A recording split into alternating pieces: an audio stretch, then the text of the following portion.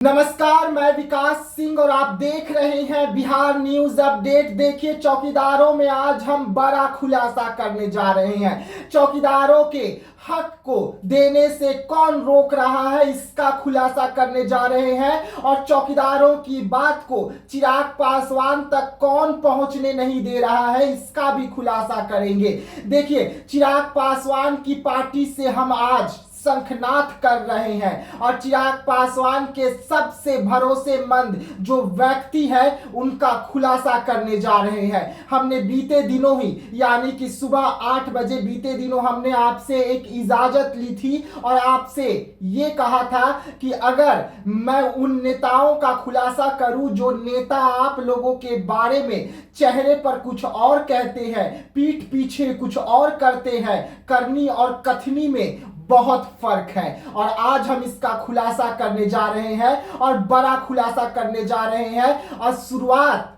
सबसे पहले चिराग पासवान से, पासवान समाज के सबसे बड़े नेता से, बिहारी फर्स्ट जो विजन लेकर चल रहे हैं चिराग पासवान, उन्हीं से आज हम शुरुआत करने जा रहे हैं कि चौकीदारों को आवाज जो है उस आवाज को कौन रोक रहा है, चिराग पासवान तक उस आवाज को क्यों नहीं पहुंचने दिया जा रहा है और क्या कारण है इसके पीछे कि चौकीदारों की हक मारी जो है वो चिराग पासवान के ही लोग कर रहे हैं। जी हां, आज जो हम खुलासा करने जा रहे हैं तो हम निवेदन कर रहे हैं चिराग पासवान और उनकी पार्टी के तमाम बड़े नेताओं से कि ध्यान से इस वीडियो को देखिए और देखने के बाद में फैसला कीजिए कि क्या सच में आपकी पार्टी में ऐसे लोगों की भी जरूरत है जो चिराग पासवान की ही पीठ में खंजर घोंपने का काम करे, जो चिराग पासवान की जो जनता है, जिस पासवान समाज के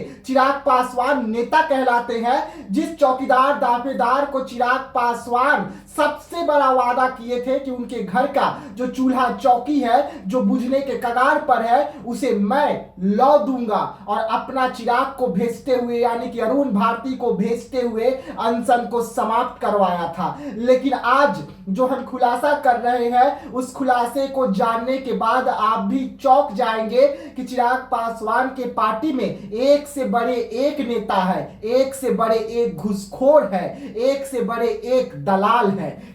जी हां, आज जो हम खुलासा कर रहे हैं उसके बाद आप सोचेंगे कि चिराग पासवान तो ऐसे नहीं है, पर चिराग पासवान के जो लोग हैं वो ऐसे क्यों हो गए, और हम खुलासा की शुरुआत कर रहे हैं। देखिए, खुलासा जब से चिराग पासवान केंद्रीय मंत्री बने तब से चिराग पासवान ने 1 दर्जन से भी अधिक पीए रखा, वही पीए जो चिराग पासवान को अपडेट रखे तमाम मुद्दों पर, वही पीए जो जनता को जो भी समस्या हो उसे चिराग पासवान के सामने रखने का काम करे। अगर चिराग पासवान बिजी है और जनता से मुलाकात नहीं हो पा रही है तो खाली समय में जो भी दिक्कतें हैं जनता को, उस दिक्कत को चिराग पासवान के सामने रखने की कोशिश करे। लेकिन चिराग पासवान के पीए साहब तो बड़े घुसखोर निकले। चिराग पासवान के जो पीए साहब है वो इतने बड़े दलाल हैं, इतने बड़े रंगबाज हैं कि उन्हें गरीबों की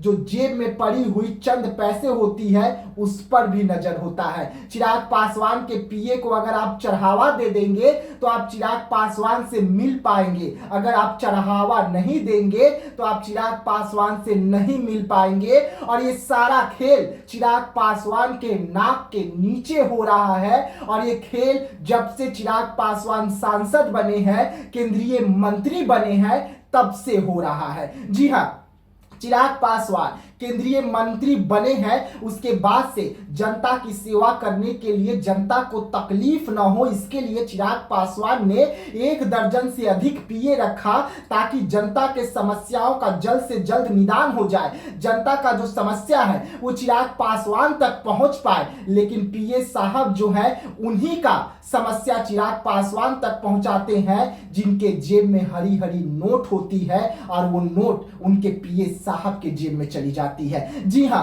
आज जो पीएस साहब पर हम खुलासा करने जा रहे हैं, उस खुलासे के बाद आप सोचने पर मजबूर हो जाएंगे कि चिराग पासवान तक हकीकत कौन कौन पहुंचने नहीं दे रहा है। आखिरकार चौकीदारों के मुद्दे में जब हम लगातार चिराग पासवान से बात करने की कोशिश कर रहे हैं, चिराग पासवान के पर्सनल नंबर से लेकर हम उनके पीए तक को लगातार फोन कर रहे हैं, तो क्या कुछ होता है। पहले आप सुनिए कि जब हमने उनके पीए साहब को फोन किया और उनसे अपडेट मांगने की कोशिश की तो उन्होंने क्या कुछ कहा। जब हमने उन्हें कहा, बड़े निवेदन से कहा कि मैं विकास सिंह बोल रहा हूं, पटना से बोल रहा हूं, बेहद जरूरी काम है, चिराग भैया से बात हो सकती है क्या। उसके बाद हम बड़ा खुलासा करेंगे, तमाम स्क्रीनशॉट दिखाएंगे जो उनके पीए साहब से चौकीदार के मुद्दे पर हुई है। बोलिए। भैया से बात हो सकता है? नहीं, अभी तो सर नहीं आए, आएंगे रात में तब बताएंगे। अच्छा, कितने बजे तक आ जाएंगे भैया? 10-11 बजे तक आएंगे। 10 से 11 बजे तक। थोड़ा सा अपडेट कीजिएगा क्योंकि बहुत ज़रूरी है बात करना।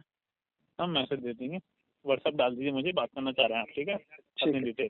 ठीक है, ठीक है। जी हाँ, तो देखा आपने और सुना भी, ये पीए साहब का नाम है मोहित उर्फ मोहिते।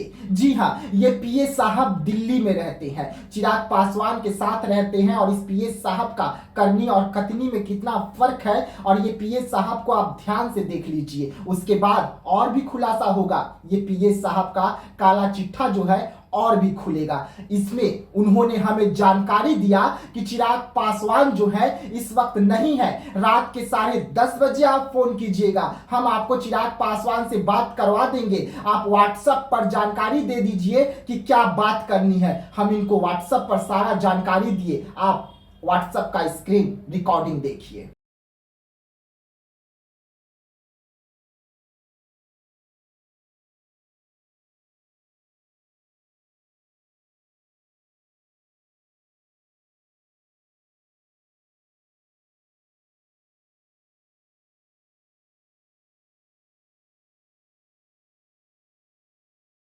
और उसके बाद जब हम इन्हें फोन करते हैं तो ये फोन रिसीव नहीं करते हैं। सुबह यानी कि रात को हम मैसेज करते हैं और सुबह इनका जवाब व्हाट्सएप पर आता है, उसके बाद भी ये बात नहीं करवाते हैं। और जवाब क्यों आता है? जब मैं इन्हें ये कहता हूं कि मैं भी हाजीपुर से हूं, ठीक है, कोई बात नहीं, चिराग पासवान हमसे बात नहीं करेंगे, हमारे सांसद हैं, हम उनकी जनता हैं, उनका इंतजार करना हमारा अधिकार है क्योंकि वो हमारे सांसद हैं। और उसके बाद लगातार हम इनसे संपर्क साधने की कोशिश करते रह गए। आज जब ये खबर आप सुबह 8 बजे देख रहे हैं तो रात को भी मैंने इनको लगातार फोन करते रह गया, लेकिन ये बंदा कॉल रिसीव तक नहीं किया। आखिरकार चौकीदार के मुद्दे से इनको क्या फर्क पड़ेगा भाई? चौकीदार को अगर आधार और उनको एक न्याय मिल जाएगा, उनका हक मिल जाएगा, तो इससे इनको क्या फर्क पड़ेगा?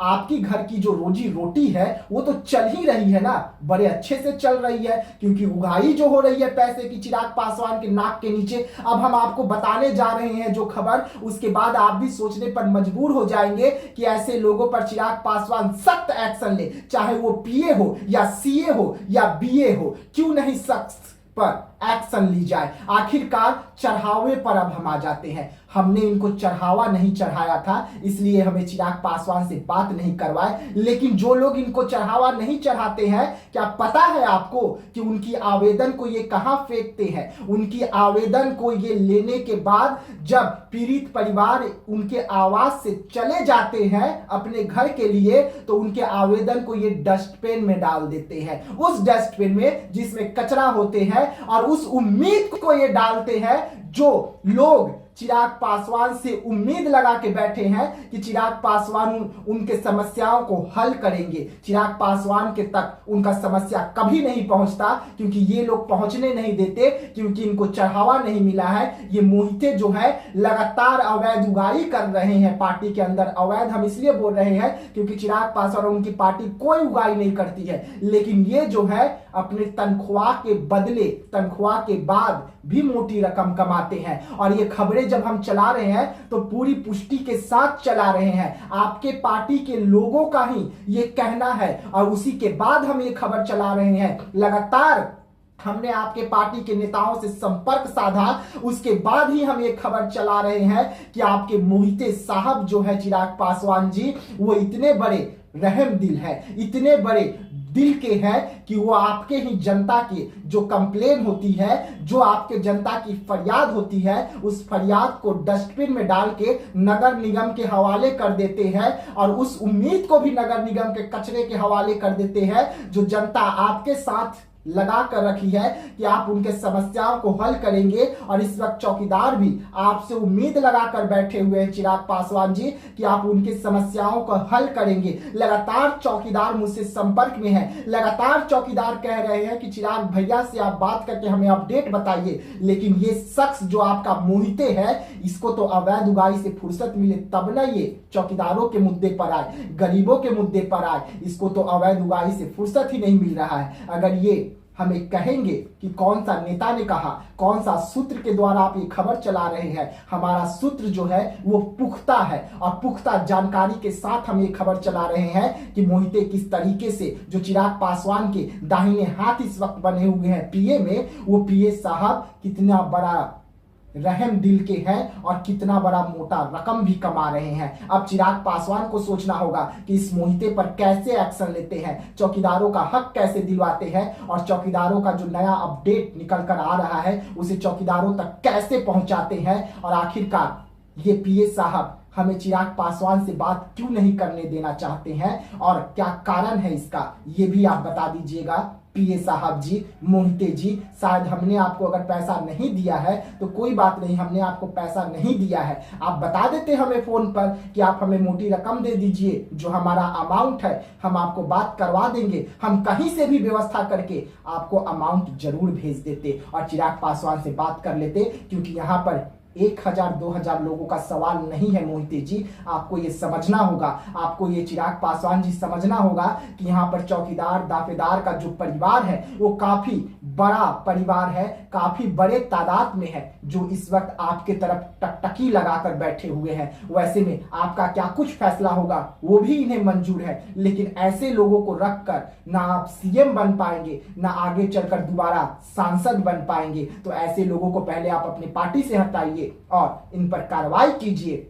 आप एक जांच कमेटी बनाइए, मोहिते जी का जांच करवाइए कि हम जो बात बोल रहे हैं उसमें कितनी सच्चाई है। उसी के बाद आप मोहिते जी पर सख्त एक्शन लीजिएगा। तब तक के लिए मुझे दीजिएगा इजाजत। धन्यवाद।